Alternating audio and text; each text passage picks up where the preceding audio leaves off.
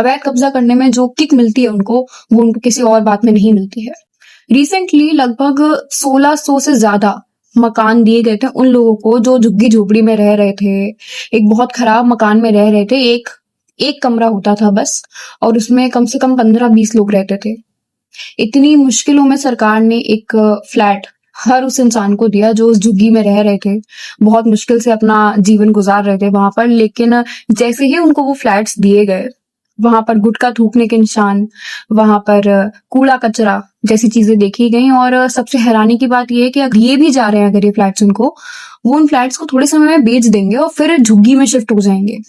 तो इसमें fault government का या गवर्नमेंट की फैसिलिटी का नहीं है, फॉल्ट इन्हीं लोगों का है, क्योंकि ये वो लाइफस्टाइल के साथ खुश हैं और ये उस लाइफस्टाइल के साथ रहना चाहते हैं। ऐसा नहीं है कि मजबूरी में रह रहे हैं, शायद कुछ लोग ऐसे हों जो मजबूरी में रह रहे हों, लेकिन पढ़े से पढ़े लिखा इंसान एक झुग्गी झोपड़ी में सिर्फ इसलिए रह रहा है क्योंकि वहां पर कोई रेंट नहीं देना पड़ता है, वहां पर एक अवैध कब्जा सा हो जाता है और उनकी बस एक रोजी रोटी की जिंदगी चल रही होती है।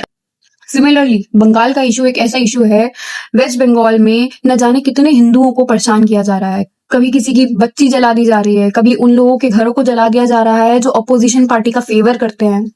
इतनी सारी दिक्कतें एक साथ इस देश में गवर्नमेंट की गलती से नहीं हो रही हैं। इतनी सारी गलतियां इस देश में, अभी हरिद्वार में ही एक हादसा होके चुका है।